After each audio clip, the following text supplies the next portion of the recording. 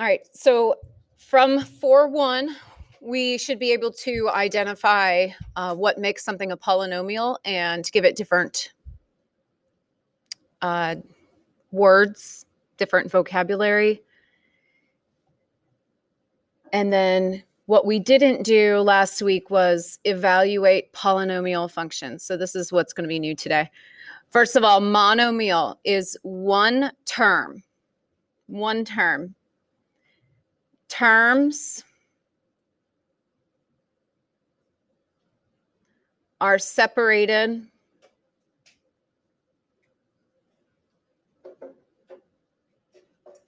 by addition. Terms are separated by addition, which could also be subtraction, because adding a negative is subtraction.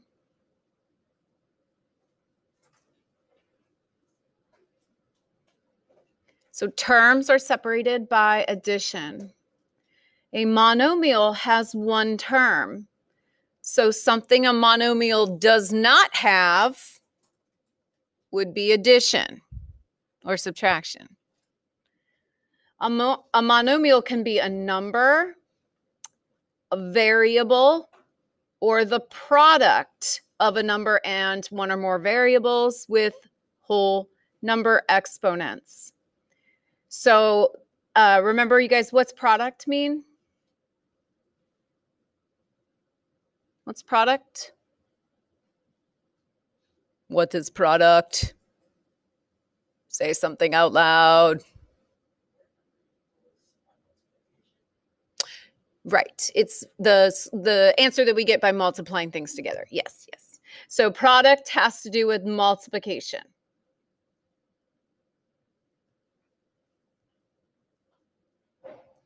So a product of 3 times x, the product of that would be 3x squared. That's the product. 3x squared is a monomial. It's a number, it's got some variables, only multiplied together. A polynomial is a monomial or a sum of monomials.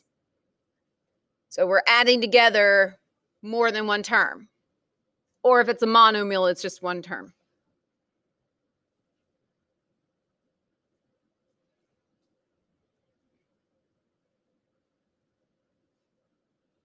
I like how I have the line for an example, then I put it up in the top corner. There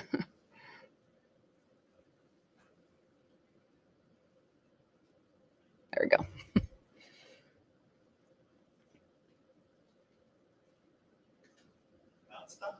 Okay, so you're not coming in here, bye. You guys are safe for now. All right.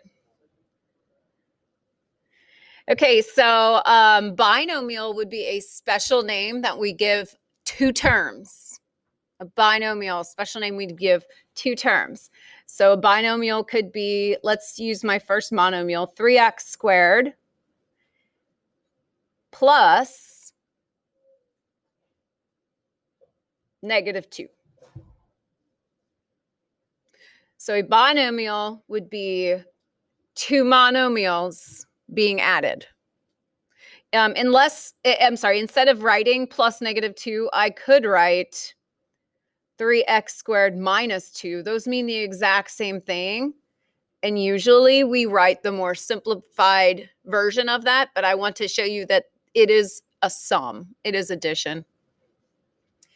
A trinomial would be 3 terms. So how about 2x squared minus 9x plus 5? 3 terms. And we've been factoring with these for a while. And I know I've used these words before.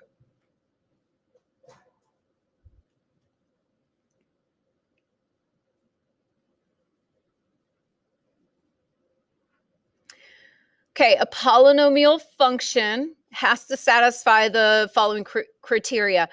This right here don't worry about this so much. This is what a polynomial function looks like as a formula, but to me that looks very confusing. But we're just talking about polynomials in general. The exponent of each variable base is a whole number. The exponent is positive and no fractions. So in a polynomial, you cannot have x to the 1/2. That would make it not a polynomial. In a polynomial, you cannot have x to the -1. That would make it not a polynomial.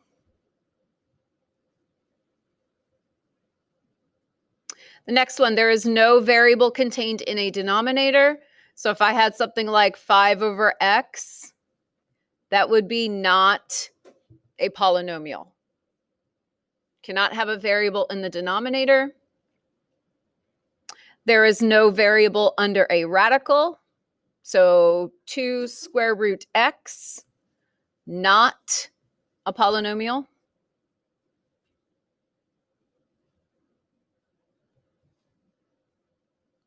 What about x square root 2? Would that be a polynomial or not a polynomial? What do you think? X square root 2. Tessa, what do you think? Polynomial or not a polynomial? Yes, because you can have a number under there. You just can't have the variable under the radical. There is no variable in an exponent. So we can't have 4 to the x power.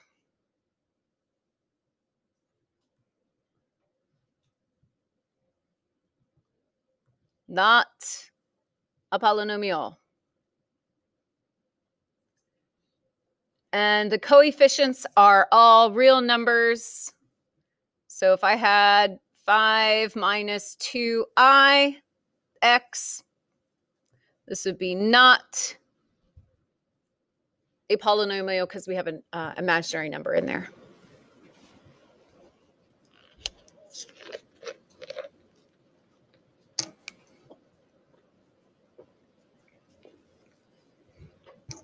The standard form of a polynomial, where the terms go in decreasing order of the exponents. So standard form, you'll notice in this example right here, we've got 3, 2, 1, and then this one over here is x to the 0. It's not written there, but it is there. So you see the exponents are going in decreasing power, going down. Does anybody know what x to the 0 equals? I wrote it there.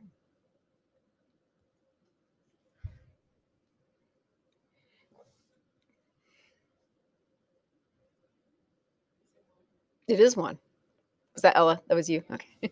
I can't see your mouth move, but you were looking at me, so I thought it was you. Yeah, it is 1. Anything to the 0 power.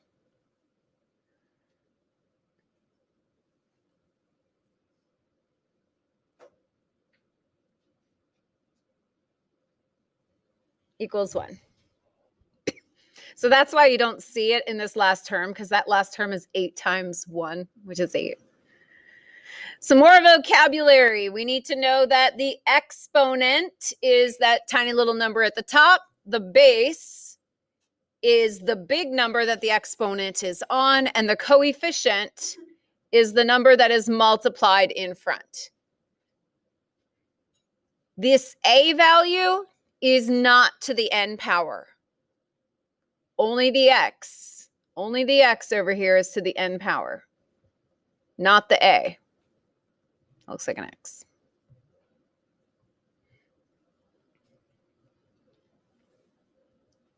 Okay, I think this was on our table on the other notes. All right, so let's look at this table. And the directions are, we're going to decide if it's a polynomial. If so, we got to write it in standard form and state its degree and type of and leading coefficient. I don't know if these were the exact same numbers in the notes that you guys took. So I don't really want to redo every single one if it's the exact same numbers, but just quickly looking through this, A, B, C, or D, do we see any that are not a polynomial? Look for something that's not a polynomial. Amar, what were you thinking? C. Why? Good. Because C has a negative for an exponent that makes it not a polynomial. Jackson? D. Why? Right. We cannot have a variable in our exponent for it to be a polynomial. So C and D would not be polynomials. When we talk about the word degree, degree would be, you're going to look at all the terms which are separated by addition or subtraction, and we're going to pick the highest amount of variables in one term.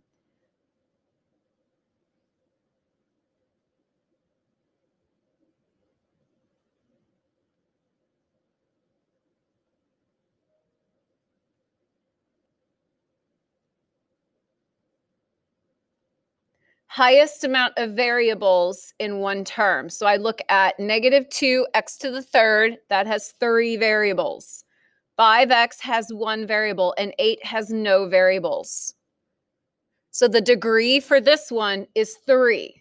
Because we look at our terms, there's 3 x's, x to the third. That's the highest number of the 3 terms. So that's our degree. So question B, what would the degree be? And I heard the right answer yelled out already, so I'm very proud of you guys for saying something, one person. In the first term, we have a 3. In the second term, we have a 4. And the last term, we have a 0. So 4 would be the degree.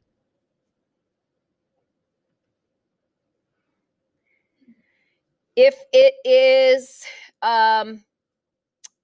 3 for the degree, it would be a cubic. And because there are 3 terms, this would be a cubic trinomial. Cubic would be a degree of 3, trinomial, 3 terms. Number 4 also has 3 terms, so it will be a trinomial. But it is a degree of 4, which we call quartic.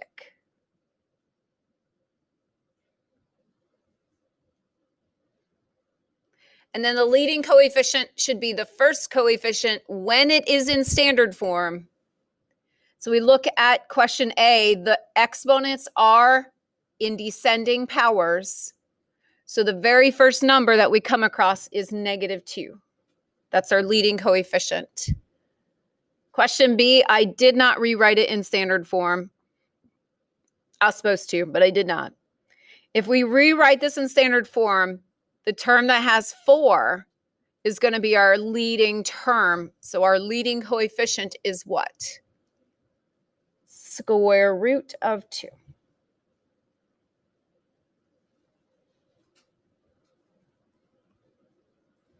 Okay, so you're going to have like a table like that in your assignment.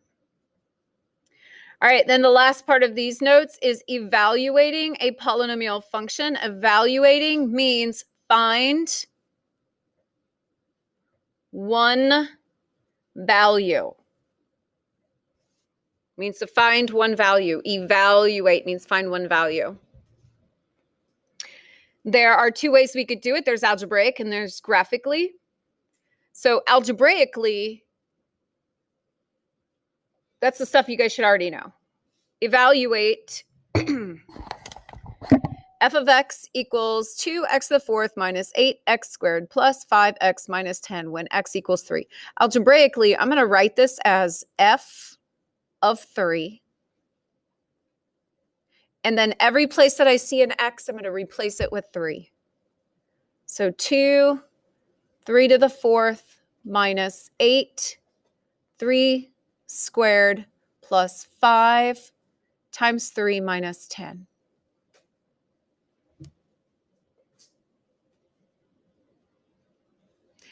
And I do see some people grabbing for their calculators. You're more than welcome to use your calculator. We will have to use the calculator when we do it graphically. I'm going to see how much I can do without my calculator. 3 to the 4th is 81 minus 8 times 9 plus 15 minus 10. So that's 162 minus 72 plus 15 minus 10. Okay, what is this, 90? Is this 90? Hey, if you are reaching for your calculator, I want to tell you that you can make it very easy on yourself. If you are reaching for your calculator, I want to tell you you can make it very easy on yourself. Is the answer 95? Okay, thanks. I was doing it by hand.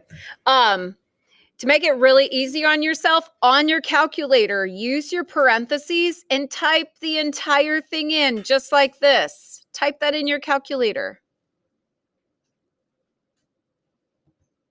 Don't do it one step at a time. Just make it one step. Shorten your work.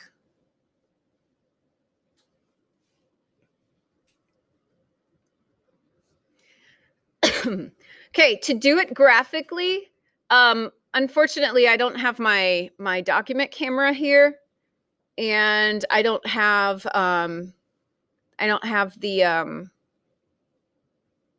graphing calculator on the computer. So I'm going to walk you through it. You guys are sitting in class. The 2 people that are at home, if you guys have trouble, you can contact me, or 3 people. You guys can contact me if you have trouble. I can help. But it does say what to do step by step right here. So what you're going to do first is we're going to go to the y equals, and that's where we're going to enter our function. So I can do this in here with my graphing calculator, but it's not going to super help you guys. I want you to do it with your graphing calculator, and I'll come around and help you if you get stuck. Okay, like if you get an error or if it doesn't look like it's supposed to, which, by the way, this is the picture of what it should look like. Okay, so you're going to go to y equals, you're going to enter in the function, and then you're going to press graph. If it's not a nice window, you're going to hit zoom 6, and that will fix your window. And I'm going to pause what I'm saying to let you type it in and get there. Calculator. Calculator. You guys know the calculator is a requirement for class, right? So this chapter, this is the only part we're using the calculator for today, but this chapter you have to have your calculator for. You need to bring your calculator. If it's in your locker, I can write you a pass. Nope. The graphing calculator is a requirement for this class. Hasn't changed since day 1. Whatever year that. What?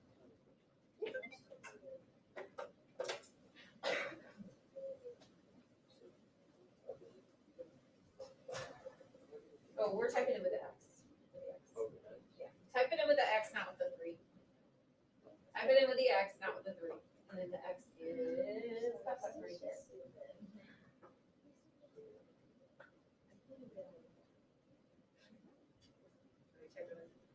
You could just type over the 3. Type over the 3. So you're going to use your caret and then use arrow over to get down. Oh, good. I'm glad that we are doing this. Those of you that don't have your calculator, is it in a locker and you need to go get it? Locker? 1 second. Let me get her pass to go get her calculator.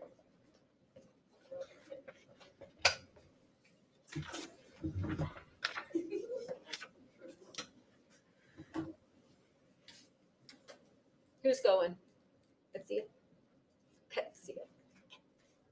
You need one too? Okay.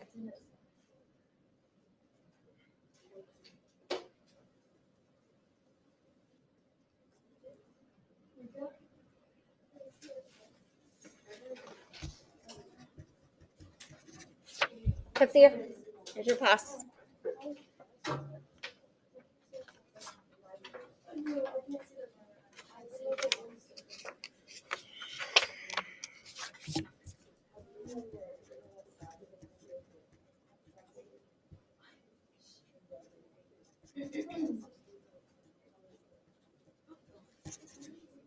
There you go.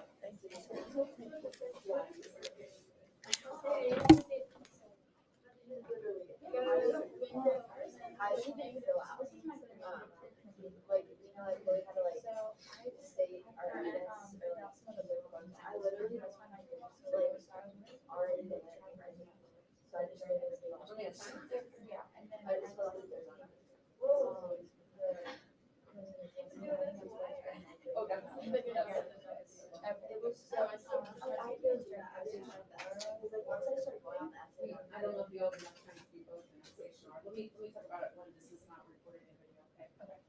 Yes. Need some help? Do Zoom 6. I did that. Oh, and it's not good enough. No, I think it's zooming in. Well, if we can No. it's just not showing the thing. You just want to see the whole thing. Yeah. Okay, so then do window. I think people not my time. Here. Let me go on here. Let me see. I could find a graphing calculator picture. I just can't use it. I don't know what. I used to have the graphing calculator emulator on here.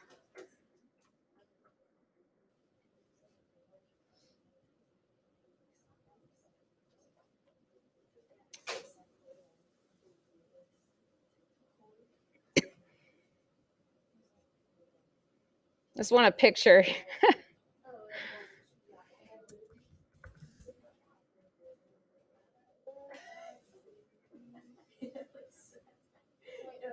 By the way, it looks like they're in stock in many places. If you don't have one, maybe a nice Christmas present.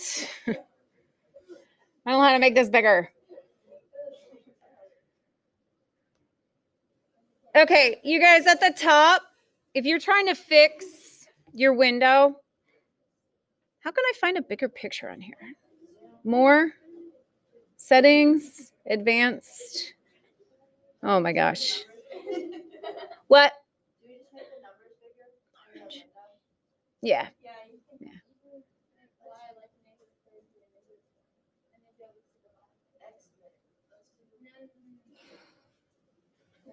All right.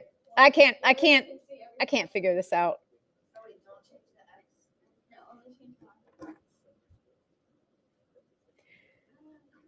So anyway, right at the top, I know it's like super tiny, but right at the top, these are all of your graphing tools. And the second button that says window is what you see. So yes, if you change what your X's go between or your Y's go between, you don't have to change them evenly. You could change it so that you could have a better viewing window to see this graph. I assume that this is zoomed out. Okay, our question is to find the Y value when X is the input, to find the output when X is the input.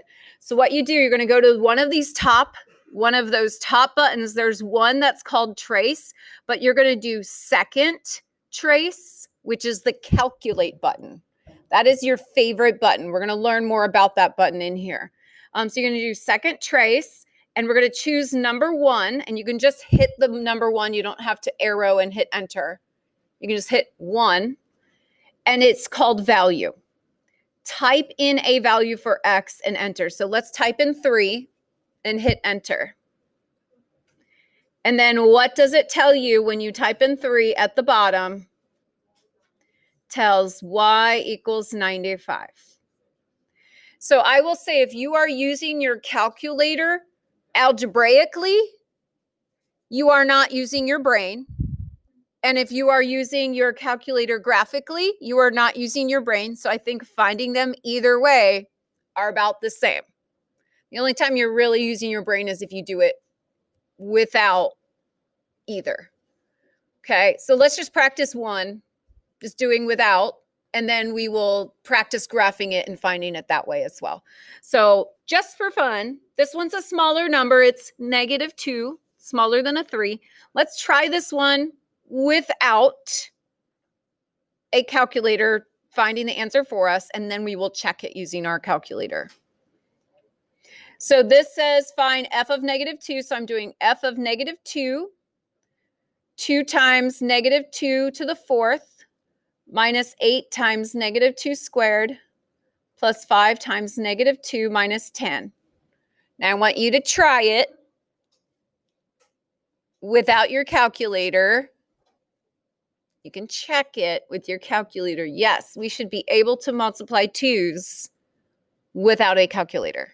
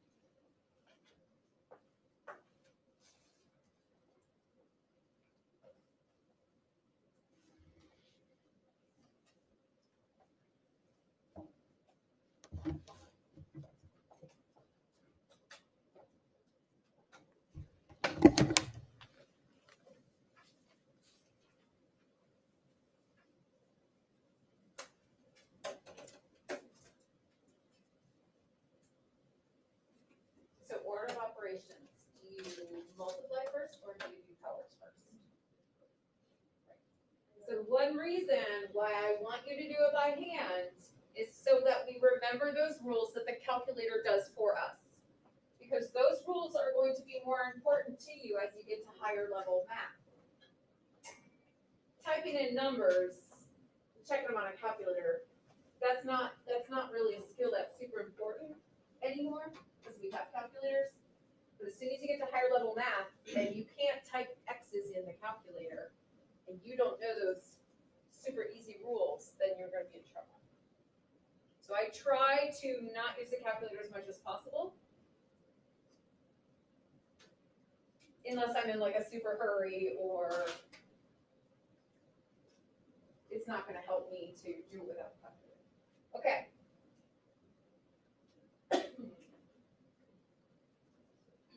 If you remember how to check it using a graph, go ahead.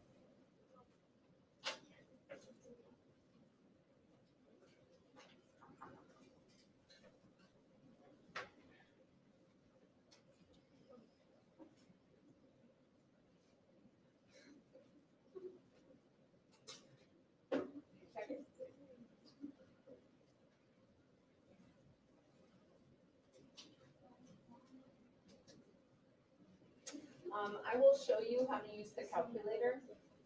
I'll show you how to use this when we're done with the video.